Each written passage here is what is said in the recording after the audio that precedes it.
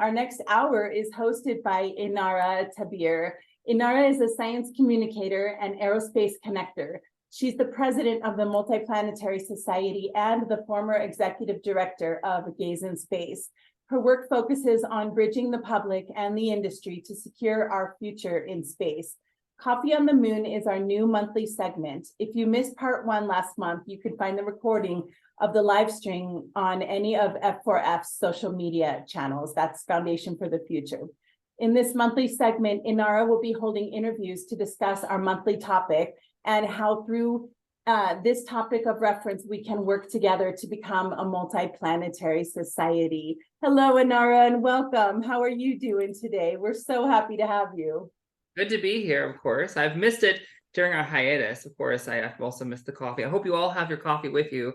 That's the most important today. Okay, fantastic. Drink our coffee.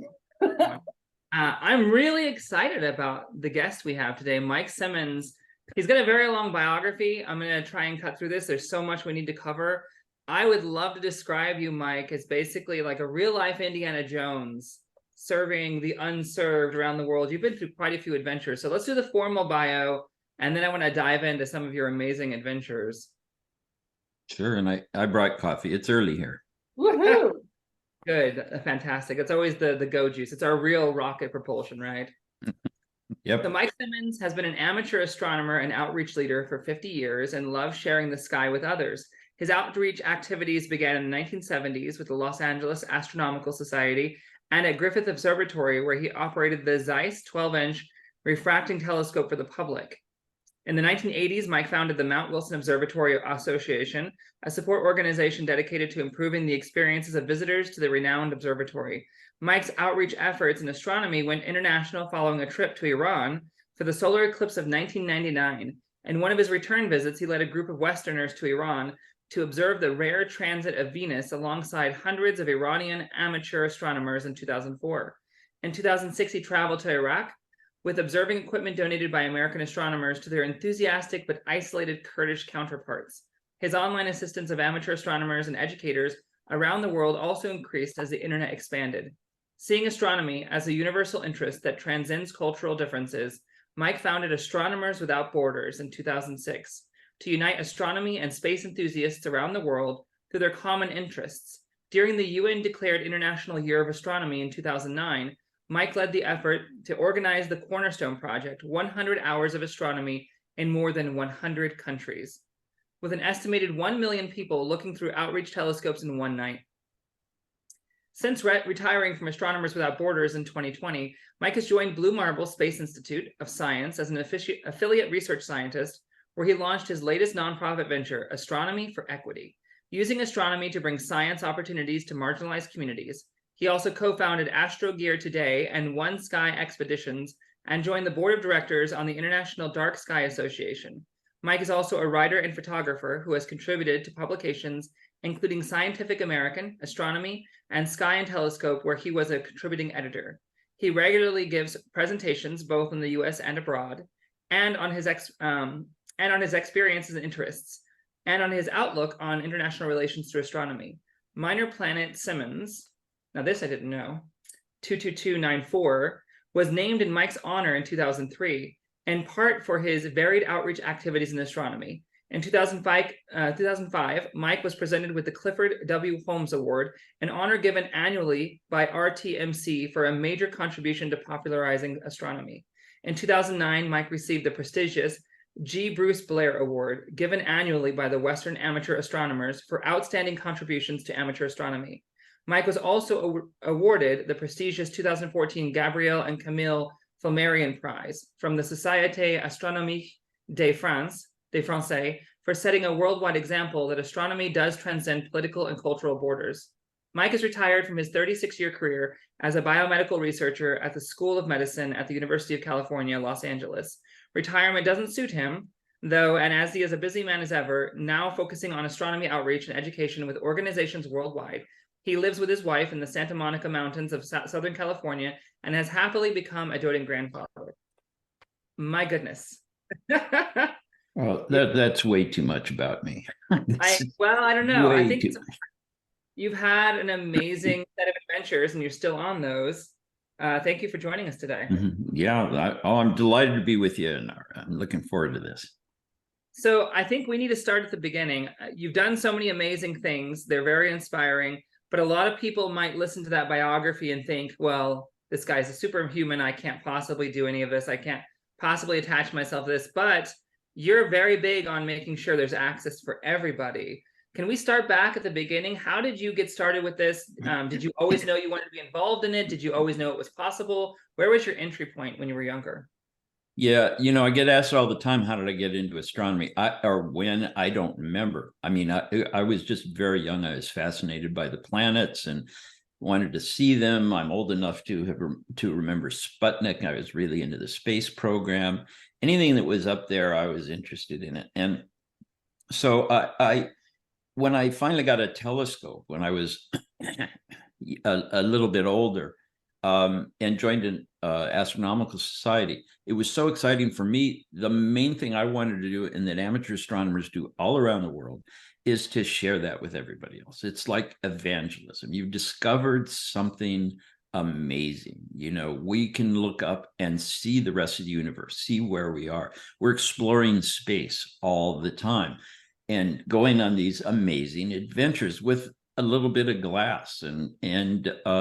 So public outreach is the main thing, and that's what I really got into. It's especially when I first started working at Griffith Observatory, which probably gets more people looking through that telescope than any other in the whole world. And that was just it. And it's, as the bio, if anybody stayed awake through that whole thing, as that indicated, I was chasing eclipses around the world. One of the most amazing things, total eclipses. Everybody's got to see one. More evangelism.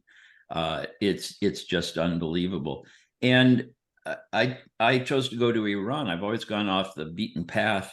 I just like doing things that others aren't really doing. And so I went to Iran for this, which was a little freaky at first. And then it turns out I just absolutely love the country and the people. I've been back there as many times as any other country in the world. And I realized the people there were very enthusiastic, tons of astronomy, mostly young women, almost entirely young women, unlike in the US, where it was mostly us older white guys, much more diverse. And they were enthusiastic. They needed help. And I just said, I can do the same thing with these people. And it's just a bigger return on investment. I mean, that's a business thing. They get much more out of it than the people in the US do. And nobody's doing it. So I started connecting there. And that led to the other things that I started doing. And I realized, the world's a big place. And we've got all the toys here in the United States and some other countries, and other people don't even know about them. And I just gradually shifted to helping there. And it's, again, it takes so little to make such a big difference. So that's kind of the story of the process. I look at the Apollo era. You talk about being inspired by being in the Apollo era and Sputnik, and we've heard that before. Obviously, this is Apollo was this catalyst point for many people, either primarily or secondarily, to be involved in space. But I think there's a stoppage that happens quite a bit, and there's some people make it into the industry, obviously, but a lot of people just can't manage to go from that inspiration to being a critical part of it. But when you put a telescope in someone's hands, when you make that available to them and you show them the wonder of the heavens above them, I think there may be a better entry point there. I mean, it really is democratizing when, if we can get them basic equipment, they can enter, right?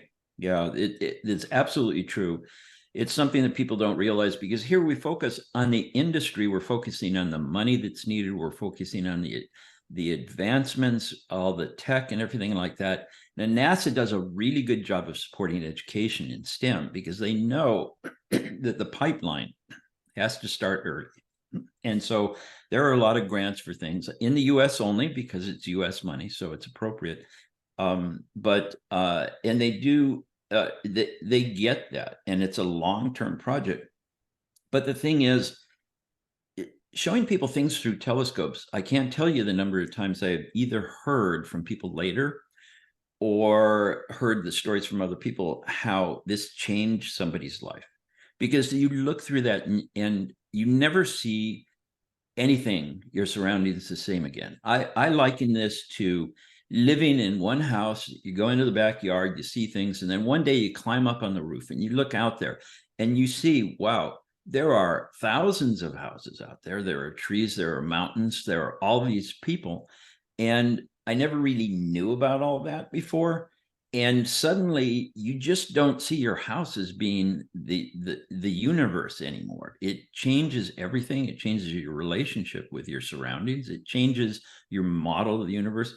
And when you have an opportunity to get into something that involves that, a lot of people just jump on it. So people say, looking through a telescope is what got me into science. It isn't necessarily astronomy, but you hit on the one thing about it. Everybody has access to this. Places that don't have a chem lab in the schools or a physics lab or something else, we put telescopes and they are doing science. They are traveling, exploring space, and they realize, there are things I can do here. And that's what's needed in places, especially, or for people, isolated communities, people of various types, even in Western society, who can say, this is fantastic. I want to be a part of this. And now I see that I can. It's an entry point. You just, too many doors are closed. And that's one where all you have to do is go outside and look up. And instead of just saying that's beautiful, start understanding a little bit about it and realize those stars are like the sun, and there are planets out there, and maybe there are people looking back at me. We don't know. And it's inspiration that is available to every single person on the planet. And including, when I say go out and look up at the stars, I'm doing astronomy for the blind as well. They're as fascinated by it. They don't see it, but they get it, and there are materials for that. It's for everybody. I can remember, I love this saying, I forget who said it. It was by day one sun, by night many. And I can remember the first time I realized as a child that the stars were suns and the potential for them to have worlds around them. It blew my mind. And I grew up in foster home, so I had this habit. Whenever I was shifted to a new foster home, lots of disorder, lots of upheaval, I would go outside at night and look up at the sky, and I had a sense of calm and connection because it was the same sky, same stars. I had a sense of stability. I can imagine, we look at the space industry, there's a lot that's siloed because of geopolitics. We have ITAR, and we have all these systems of enemies and friends, and that can really impede global connection, I think. But when we look at astronomy, I think it's a bit safer territory to some degree for people to work together more widely. We talk about Iran. Iran definitely wouldn't be on the list of most aerospace engineers in America to be partnering with. But when it comes to astronomy, there you are in Iran. Talk to me about what got you there. Why did you go to Iran? What was that like? How did you see things shift when you brought your program there? Yeah, well, first of all, I want to mention it. Definitely a lot of the things here are siloed. They are US only, but there's more siloing than that, because there are the scientists, there are the engineers, and I'm a retired academic. I call myself a recovering academic because, it is very siloed, and it's the ivory tower and all that stuff. Not necessarily a place where I fit in, but that's okay. And I had a fantastic experience there, a fantastic career. But let me point out that when I go to JPL, an enormous number of the engineers there are from Iran, and including at the highest levels. And so it does happen, and but it's not as easy. Now, as far as astronomy, yeah, it's completely different because there's no technology. I can't give a telescope to people in Iran legally anymore because of the sanctions there, but they're able to get them now. And when you go there, the thing is, if you're out at night with a bunch of telescopes and a bunch of people, this is like some sort of meme, but you don't know who you're talking to. You don't know if they're rich or poor. You don't know where they're from or anything else. I met a guy that ended up being my very best friend for many years. We spent the whole night looking through telescopes at one of these events. And in the morning, we looked around. We couldn't recognize each other until we spoke. You know, it's a really anonymous thing. And it's the same thing in every place. So how did I end up in Iran? Well, as I said, I'd been going to eclipses, a few of them. In 1999, there's a big eclipse that went across Europe. Most people were going to Turkey if they were traveling for it. And that's what I was planning on doing. But then well, it goes back a little bit. I actually had gone to one eclipse in Bolivia that was going across a 21,000-foot mountain, and joined that team to climb it and try and get to the top at the time of the eclipse and observe it from there. I wasn't on the summit, but there were other people who were, and some of us at various levels. It was an amazing experience. And the company that organized that contacted me and said, hey, there's an eclipse going through Iran in August of 99. And we want to do a trip there because they did trips. And you can be the eclipse expert. And I said, I don't know about that. That doesn't sound like a good idea to me. And he said, no, it's absolutely fine. There's no problems, blah, blah, blah. And I said, well, I'm Jewish. And he said, yeah, so am I. I go to synagogues. And I thought, okay, this is not the same as what I expected. And I did a lot of research. It was still a very freaky thing going there. And I found immediately nothing about the country was like what I understood. They absolutely love America. Everything about it. I have a fake polo shirt from Iran that somebody gifted me because I said that's kind of cool. Disney is huge. All these things. Not they're just copies without permits, but what are you going to do? And they would come up to me on the street and say, where are you from? And I'd say Americans. Oh, we love America. We just don't like your government. And I would say, yeah, I don't like it either. And I've been there under different administrations. Doesn't make any difference which one. I don't like them. They mess things up. and we continue to do that with Iran. And I would say, if it was somebody I knew, I could say, I don't like your government either. And they say, no, we hate our government. But I wouldn't do that to strangers on the street because you never know. It's not worth it. I got into trouble a few times and I don't need that. It takes time. That can happen here too. You gotta be really careful with those, the cross and crown rules. People get touchy. Yeah, absolutely. And so it was completely different than I thought. The freedoms of women is completely different than I thought. The astronomy is a good example. You know what? I'm going to show you something. Can I share things? Yeah, I think April, does he have sharing capabilities? I do. Okay. Here's something I'm going to show. It's just, well, let's see. I might as well make it a slideshow so it actually looks better than from the current slide. Okay. Oh, I'm not set up here. Okay, let me, you know what I'm going to do? I'm going to just do it right in the deck so it'll look unprofessional, but here we are. So there, you see that? That's a picture I took on my first trip to Iran. This is Northern Tehran, an educational observatory, all young people. One boy, all girls. And this, I didn't even realize this until later, but they were extremely enthusiastic. But this is the way it is. And it's the way it is in many countries where it's all young people. It's completely different than here. Let me ask you really quick before you go on. Why is that so different? I mean, why is that gender difference so prevalent in Iran? Why is it more women when in the States it's been really hard to have that dynamic switched?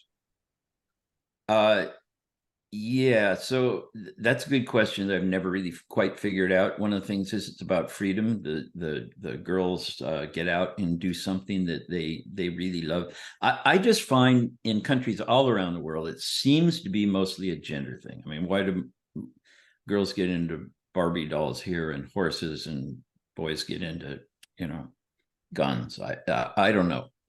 But here in the US, it's really, there was a big push years ago when I was younger. A bunch of us got into it, and it just hasn't grown the same. It's changing now.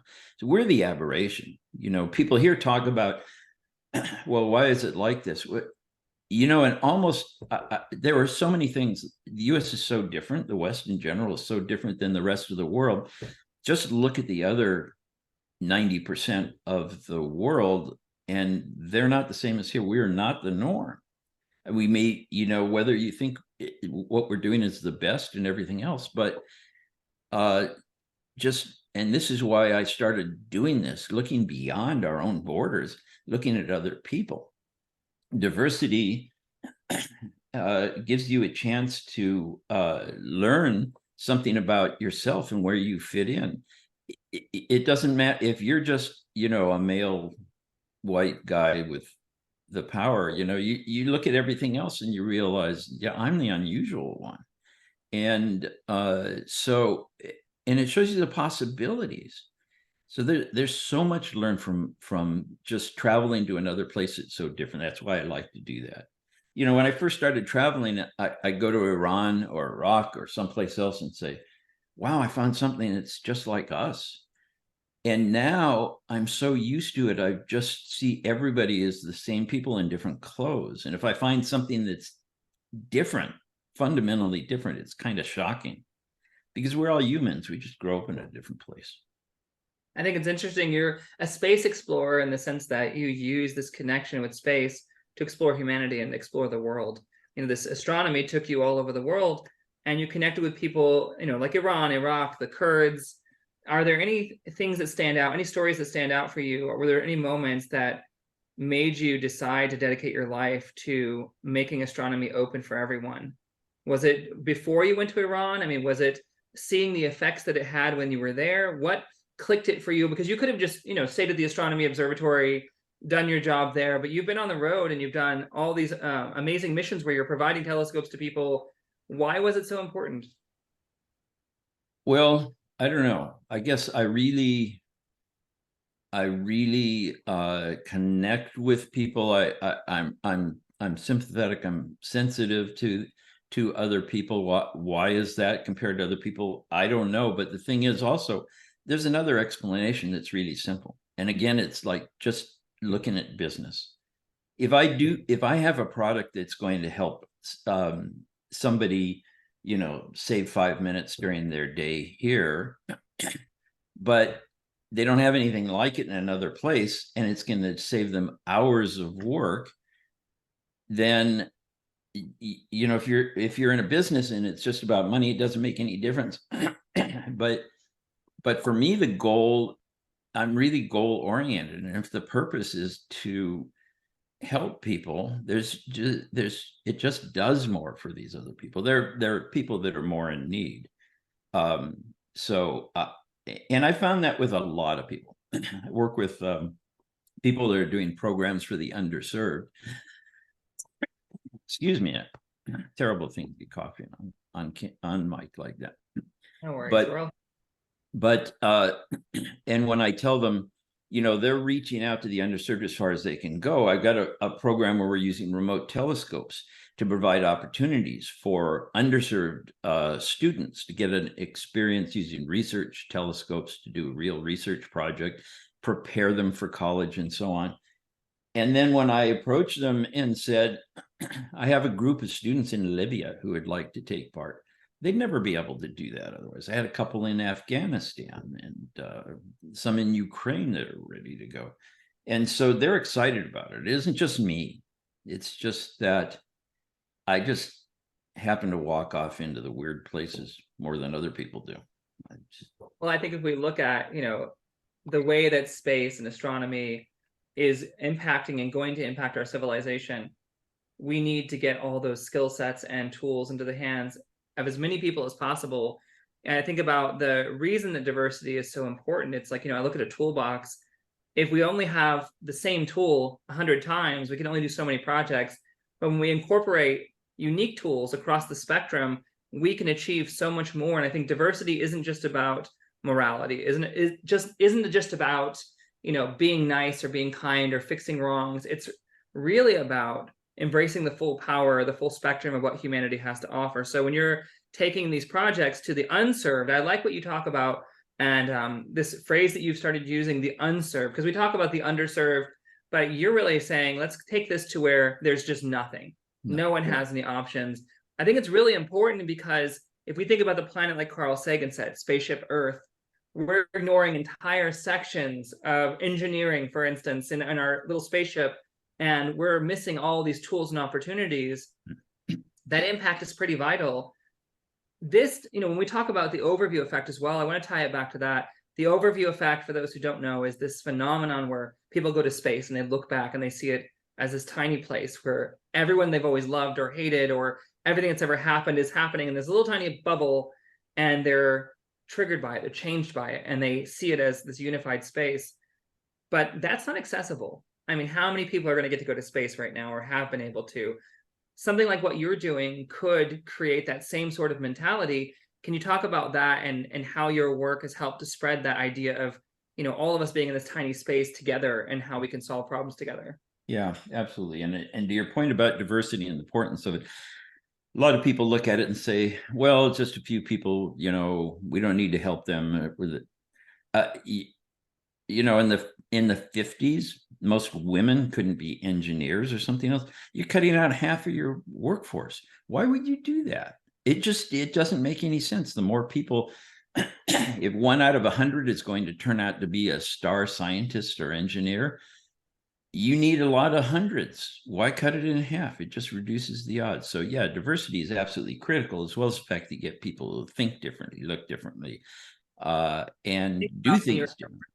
If you're in a room and someone's choking to death, you scream out, "Is there a doctor?" You don't go ear by ear to the people you pre-select and say, "Are you a doctor?" You scream it out and you want everyone to answer. You want to see who's got the skills. So I think you're right. We have to pick up as many as possible. Yeah, absolutely. And that's really important. Now, back to the overview effect. Okay, so you and I have talked to astronauts about what it's like to be in space. And this is something I've been involved in for a long time. With Frank White, who wrote the book The Overview Effect, and the Overview Institute that I'm a founding member of. And it's fantastic. I've had the opportunity to hear from them directly what it is like for them, what the experience is like. It isn't just seeing, oh, I don't see any borders, because you can do that with pictures.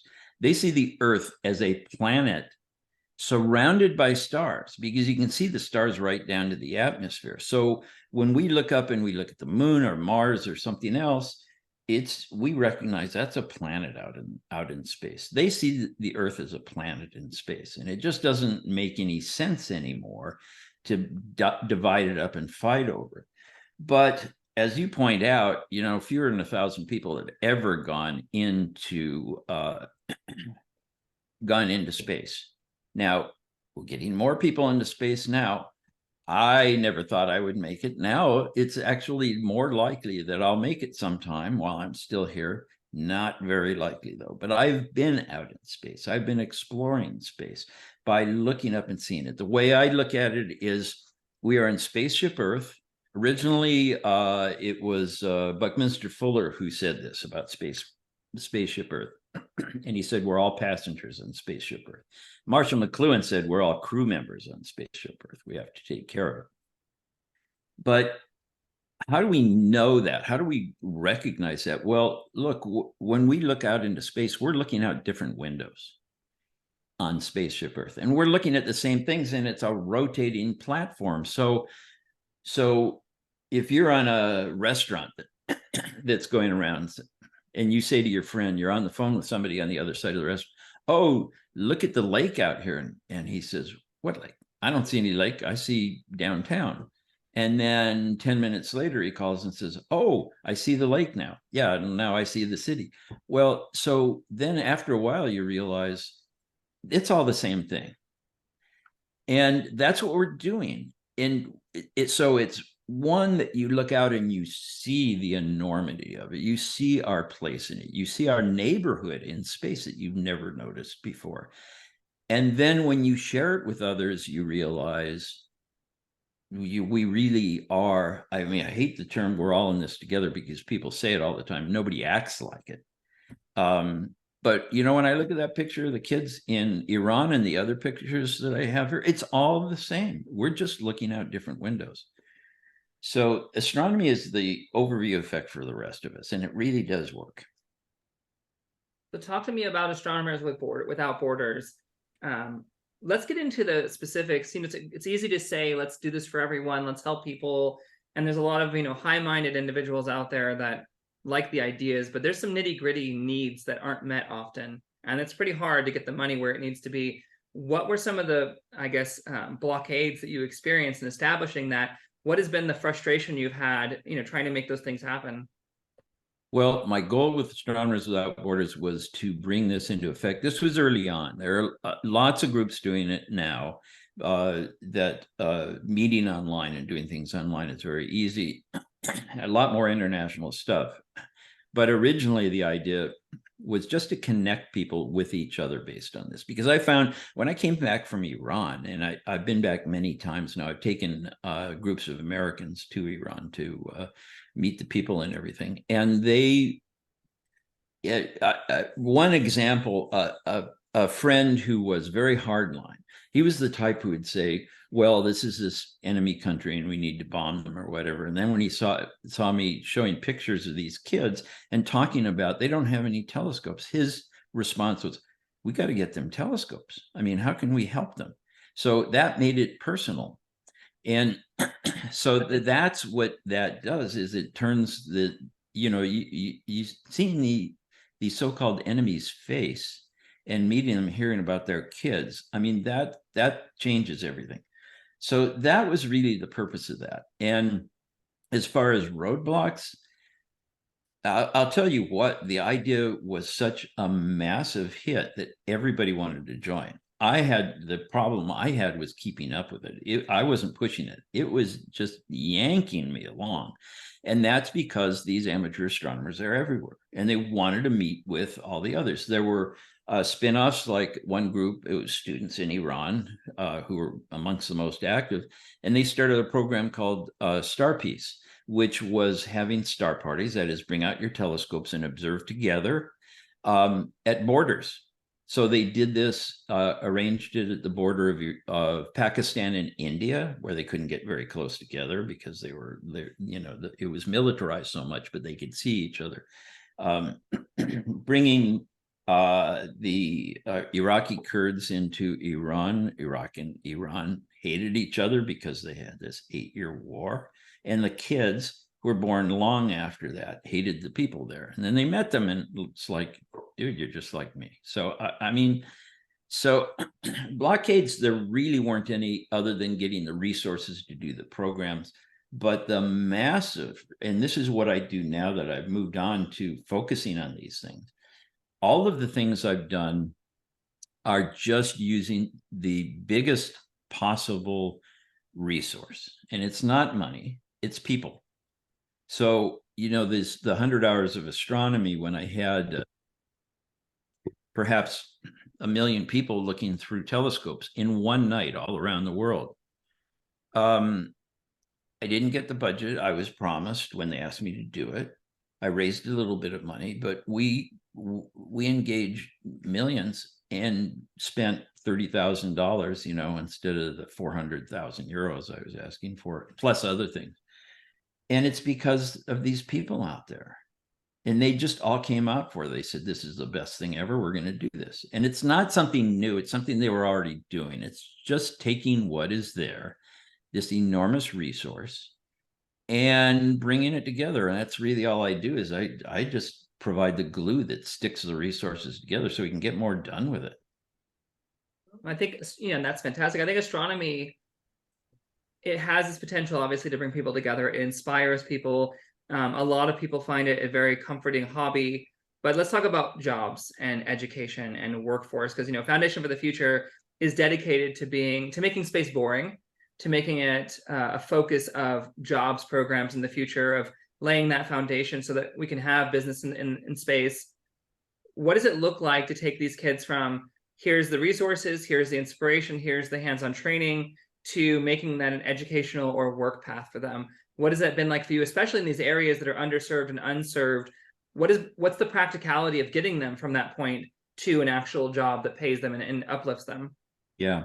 And I want to point out too, Astronomers Without Borders was a past thing. I'm not involved at all there. It's Astronomy for Equity that I'm doing now, where I'm focusing on what I learned can be done, how these things can be done. I know very well how we can do very big things with very little and do a lot of good. So, it's interesting you say, well, Foundation for the Future is focused on making space boring. And in a sense, that's true. You want to make it normal. I don't know about boring, but the thing is, it's not boring to the people that get involved. And that's what matters. It's the passion of people that matters. When you meet people in another place who say, I really want to be a part of the space industry, but they have no path to it, you've just lost the biggest resource. You can't buy passion of people. That's why the volunteers that get involved in the things that I'm doing they're grateful for it. It's like it's an opportunity for them to get involved in something that they care about. So that passion is something that you can't create, you can't buy, but there has to be an outlet for it. Well, I would imagine you get them inspired and they hit a brick wall, it's a lot harder to get them restarted when someone experiences that like dead end. So you got to make sure that there is that pathway ahead of time, I'm guessing. Yes, there has to be some pathway. There has to be a door through that brick wall. If they see the brick wall, they get discouraged. They don't necessarily lose the passion for it, but it just gets put into the background. Or in astronomy, you see older people who are getting involved and getting the telescopes and toys they never had when they were kids. To me, to a certain extent, it was that. So I got a telescope when I was, a little bit older, but I was still in my 20s, not retired. And so that passion may never die, or it may be put in a place where it's just not even accessible anymore.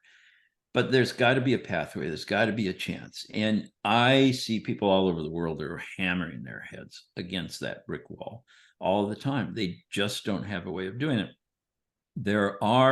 I'll tell you too, there have been plenty of times when I have just encouraged somebody in a place to do something. And that was all it took for them to push a little bit harder on that wall and succeed, and they would get through. Sometimes it's all they need is, they don't see it there, but if somebody says, oh yeah, you can do this, they'll keep at it. That inspiration makes a big difference and does change lives. but really, for the bigger question, there needs to be an opportunity for people to do something. And if there isn't, the students these are students in tech fields in Benghazi, in the university there. They're brilliant.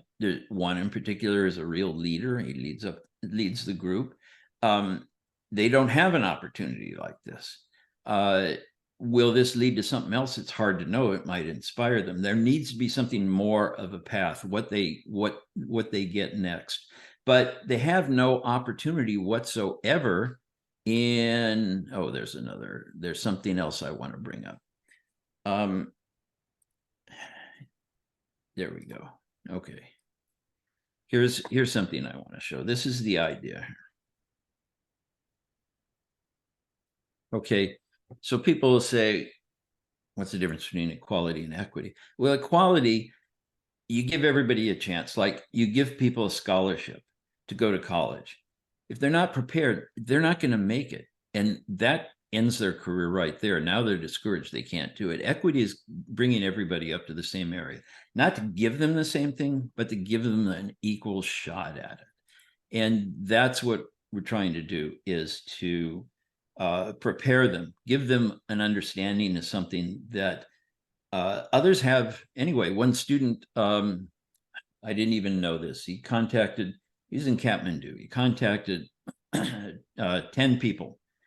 9 of them didn't write back. I always write back because you never know. And I found out later, after I was friends with him and he was here in the US and everything, that I said, yeah, you can do this. He wanted to continue grad school in the US in astronomy, astrophysics. And I said, yeah, you can do that. Why not? And because of that, he tried, he made it. And but when he came here, he went into grad school at University of Massachusetts, and they assumed everybody could code. He'd never been exposed to it. He had a horrendous first year dealing with that. So he was not prepared. A lot of scholarships based on need will wash out because they're just, you can't, you can't give a computer to somebody and say, here, use this if they've never seen one before. It doesn't work. Yeah, those sort of assumptions definitely lead the wrong way. I think it's important you're talking about the difference between equality and equity. When I talk to my kids about this, I say, I've got three kids, 17, 16, and 13. And equality is like putting dinner on the table, and you've got, a couple teenagers and you've got a toddler that's crawling, and you're like, well, I put dinner on the table. You all should have eaten. And, equity is, I want to make sure my kids are healthy. I care about them. They all need good nutrition. So whatever it takes, I'm getting you to the table. If I have to cut your food for you, I'm going to do it. I think that's a really important, difference, because equity is about actually caring that everybody gets what they need, and not just saying, good luck, I gave you all the same thing. I don't think we hit that difference soon enough. Really, it's like very fresh. And so many people have been left behind. When we look at Jerry O'Neill's vision in the 1970s with the high frontier, this idea that space could be this place to create equity. He was really talking about equity for those that have been left behind. It's mind-blowing that he hit on that so early, but now we have this opportunity. We've got about 15 minutes left. Mm-hmm. Can we dig into astronomy for equity? Because I think this is, your next big adventure and mission. I want to make sure people have the opportunity to help you build this and get you what you need. Can we talk about what it's going to be, how it's structured, what the outcome is? Well, yeah, and it's based on all the principles that I've mentioned here. Just using existing resources. I'm all about, this is business again. It's all about return on investment. And, I see too many people getting grants for $1 million to do something that people have already been doing it. And they're going to try and do it in a new way and make it work. You know what? Astronomy for the Blind, for example, this is all about, I know people doing this. I know people at NASA and elsewhere who create content for this. There are books, there are do-it-yourself things, there are tons of things. Lots of experts who would like more people to experience this. And I know people around the world who are doing it. So who want to do it. I know a few, but they're the ones who are reinventing the wheel. We don't need to reinvent the wheel. We don't have to depend on those people who are self-starters to go out and do this stuff. But these people just need to know that this stuff is available, and they need a little mentoring. Like, how do you do that? How do you talk to a blind person? What do you do when it's just not familiar to them? So there's no entry point for them. So the whole idea is we bring them together in a group. I've done a little bit of this, but I need a coordinator for this. Anybody that's really good and is interested in these things, I can use volunteers. I'm putting this out way too broadly, but this is a good audience. So a little bit of coordination is all that's needed to make these things happen. Bring people together. It's like a workshop, except it doesn't stop at the end of the day, and because nobody does these things. So it's a community that keeps going. That, for a lot of things, getting things out into rural communities, always with existing stuff. So I mentioned the remote observing, the astronomy for the blind, astro buses. There are groups I know in Africa, in a few countries. I mean, there's 1.5 billion people or 2 billion people or something. Well, there are a few of these astrobuses, and nobody comes into the cities to go to a planetarium, especially since there are only a few on the whole continent. But they take the science out to the communities. That's the only way to do it. And I know people going to Batwa, which is pygmy communities, which is extraordinarily underserved, completely unserved. In so many ways. And as one supporter put it, you don't know where the next Stephen Hawking is going to come from. I see people all over the world who I call diamonds in the rough. They're brilliant people. They're self-starters. They're amazing, but they're starting in a place that just doesn't give them the opportunities. You don't need to hand them something. You just need to remove the shackles that hold them back, and they do amazing things. Like the student from Kathmandu, he's doing amazing things now. So other things, let's see, what other types of programs. There are amateur astronomers around the world who are doing our work here, bringing STEM to people everywhere through astronomy. I've been to places, and it's not just Iran and Iraq, but Algeria and Tunisia, Morocco, Bolivia, places all over the world, Brazil and so on. And Ethiopia has a tremendous program where they're using both space and astronomy together. They recognize it's the same. And they're out there doing the work of bringing science to people, to inspire them.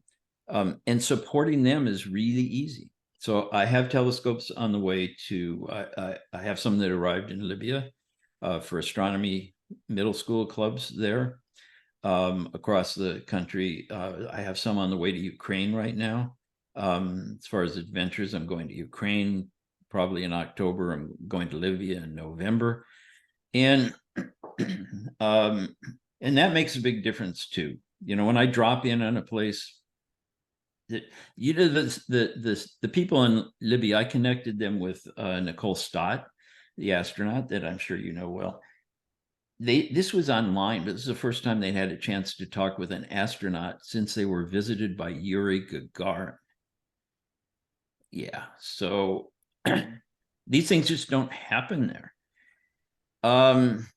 So all of these things, informal astronomy educator training, the whole idea is to take the resources we've got and make better use out of them. And there's so many things we can do in astronomy. And astronomy is the way for the vast majority of people. I've just seen it work so many times. So you need money, you need telescopes, you need volunteers. Are these kind of the critical pieces of the puzzle at the moment? Money is always a critical piece, isn't it? Tell me who. The car doesn't drive without gas. Yeah, it's hard, and I've never. But no gas, no movement. Yeah, and I've never seen anybody running a nonprofit say, no, I don't need your money. That's fine, thanks. And what we're doing, this is the business model, is that we create products that everybody says are great, everybody wants them, and we have to give them away for free because nobody can pay for them. That's a bad business model. But the investors are the people that want to see that happen. They're the ones who make it possible. So yeah, absolutely money. Volunteers, I haven't put on a wide call, but in the meantime, part-time volunteers who have skills in coordination management and other things in social media and all the things that are needed. I have a couple fundraising things going on now. Let's talk about that before we end. I actually want to dive into that really quick. You have a project coming up, the Mount Wilson project, right? Right. Yeah, that one. About 5 minutes on that before we go to questions. Okay, and I'll mention something else too that's coming up probably in the next week or so. Mount Wilson. So I wanted to do a fundraiser. I've been involved with Mount Wilson Observatory for 40 years. And so I know the place well. It's not far from Los Angeles, easy to get to. Good for visitors, not good for astronomers. It's too bright up there now for the good stuff. But it's an incredible place. We're doing an event on the night, actually the night after Hubble made one of his most important discoveries at the 100-inch telescope. We'll be in the 100-inch telescope dome, celebrating the centennial of the photograph glass plate from 100 years ago, on which he discovered a certain type of star in what was called the Andromeda Nebula. The great debate going on at the time was whether or not everything is inside of our own galaxy, or these are things that are outside of it. That star and a few others he found ended the debate. The universe expanded from the size of the Milky Way to what it is now, billions of light years across instead of hundreds of thousands. it's one of those huge moments in science. So this is going to be a fundraiser for Astronomy for Equity, sort of a white glove thing, but it's a huge opportunity. We're going to make it a big publicity thing because I'm doing it for Mount Wilson Observatory as well. It does tremendous outreach and education for people who visit. The other thing I want to mention is that with 2 eclipses coming up, we'll be selling eclipse glasses. You can buy these things to see the partial phases of an eclipse from a lot of different places, but 100% of the profits go into our programs. So I don't have a link for that yet. Well, I might, but there's no stock there yet. So I will let you know. You can advertise that, and hopefully people will buy from us. I'm also going to give the opportunity for people to buy them to be donated to schools in the US and outside who can't afford to buy them. You just pay for them and say, this is for the donation. We send it to a school. Fantastic. And the website is astro4equity.org. So astro4equity.org. So the information on that will be on the website there as well, right? It will when it's ready. It's both of these things are very much in the works, and they will have links to them very soon. The Mount Wilson thing is an exclusive opportunity that's going to be limited and so on, but it's, you know, a little bit higher ticket price. The eclipse glasses, if you're going to buy them, just buy them from us. I know a lot of people doing it, and they're all great. We get them from the same source. Just, you know, this is what we do with the money. Yeah, well, if you buy them from Mike, then you're going to be, it's double duty. You get your glasses and you get to impact a bunch of unserved people around the world. So definitely the better way to go there, for sure. Mike, thank you so much. I want to open it up to questions that we have, either if you're listening to us live on LinkedIn, YouTube, Facebook, if you're here in the chat, please send your questions in. If you're here with us in the room, feel free to raise your hand. You can unmic and talk to Mike directly. We'd love to hear your questions and comments. I have a comment and a question. Mike, your presentations are always mind-blowing, and as I listened to you speak over these last 45 minutes, I remembered all of the beautiful things that you always teach us about how much value there is throughout the world. It's not just in America. In fact, I've noticed that most of a lot of our best scientists in America have actually come from other countries, and you are tapping into the inspiration part of the potential workforce that is throughout the world. We have so many, like you said, bright, caring, conscientious, hardworking people throughout the world. And how can we tap into that? Is it through programs like Astro for Equity? Is it through the private sector? How do we find this workforce throughout the world, not just in America? Is there policy in the way that is preventing us from reaching these people, or is it that those countries just need to develop more? Because soon, as space grows, we're going to need a lot more people, and we're going to need a lot more people who are highly intelligent and able to study science and study the space science, astrophysics, and all of the other things that we need to study to get into space. So what do you think, Mike? How can companies, how can governments, how can we tap in to the world workforce? Well, Rebecca, it's great to see you, and I have to say that Rebecca for a while was helping us and moved us way forward real fast, and then we slowed down after Rebecca left. So it was a big loss. That's why we need more people here and more money to be able to hire amazing people like Rebecca.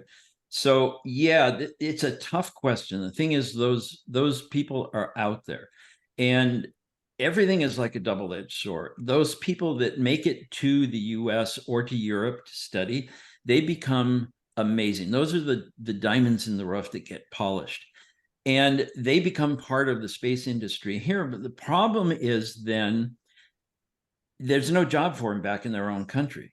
So they don't go back there. So everybody else is left behind. And so that's a double-edged sword. It's kind of hard to figure out the best way to do that. A certain number of people will go back, and try and improve things. I can tell you that it's not just the lack of opportunity, but the culture that grows up around the opportunities we have is just very different. They don't necessarily know how to take advantage of those things. The educational system is, like in East Africa, where we're trying to change the British Empire system of education, where the teacher talks and the students listen and they don't speak up, and you don't ever ask a question, let alone say, well, no, teacher, you're wrong because I read this. You can't advance that way. So there are so many roadblocks in so many places. But the only thing we can do to grow those opportunities is to work with the people there.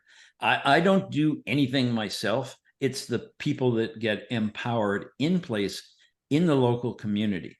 And we can do that on a global level and give everybody the tools they need. But you can't do it top down. It has to be grassroots, has to be local. How do we do something broader than what I'm doing and get the people here? Well, first of all, when I went to Ethiopia, I met a lot of Ethiopian scientists who came back to the country for the conference. I was invited to speak there, and they're working for NASA and everything else. And then they speak, and then they go back to their jobs, and they're not in the country. I mean, they're doing a great job there in the country, but in other places, I don't know. There are so many problems to take advantage of the talent that is out there. It's like your background, Rebecca. There's just an ocean of talent out there, and how do we make use of that? That's a bigger question than I can fathom the depths of the universe, but this one kind of stumps me. I like the idea of the community engagement first, starting from the grassroots, from the bottom, and really getting the fire in the belly of the community to focus their efforts on growing, so that we can just help them to have their own budding workforces. And that's really interesting, Mike, what you say, that when people get out of their country to study and to become scientists, and then they can't go back to their country to work, there's just nothing there. So right, it's an opportunity for growth right there. Yeah, and they have to leave the country to study for the most part too. Yes. So yeah, but it's the only way is to do it from there. What they have is raw talent and ambition. You can't do anything with that by handing them something. Yes. You have to just facilitate their doing it there on the ground. Beautiful. And that's going back to what Inara was saying about equity. Like, that is equity right there, is when equity. You're empowering others to build their own futures. And Mike, what a pleasure to have you today. I have another question, and also the floor is open I know a lot of our listeners right now are listening through LinkedIn, so they can if you're listening on LinkedIn, you can put your questions into the comments on LinkedIn. And if you're here in the room with us, please raise your hand or put your question into the chat. And we are about to wrap up in the next couple of minutes. Mike, my last question to you. We are creating a list of books that are our favorite books for enlightenment towards the space sector. Do you have a book recommendation for us? Oh gosh, I ran out of time for reading so long ago. I think you should write a book, because your book would be really good. I can't tell you the number of times people have said that, and every time I look at anybody I know who's an author and see what they went through, it just terrifies me. So I don't think I can do that. I don't think I have the patience for that. But we've got Jose. Yeah, maybe Jose can help you. He's got a beautiful international book that is based on space science that I think we'll hear about it next week. So Mike and Jose, maybe you two can get together and get some thoughts out. That would be great. Sure, we would love to hear more from you, Mike. Thank you so much for being here today. And Mike, I miss you. I miss working with you. Thank you for having me as your communications director for the time I was with you. And I'm always your cheerleader for Astronomy for Equity. And thank you, Inara, for being our Coffee on the Moon hostess today. We really appreciate all of you. And Jose, is it true? Do we get to hear from you next week? Will you be our speaker next week with Inara?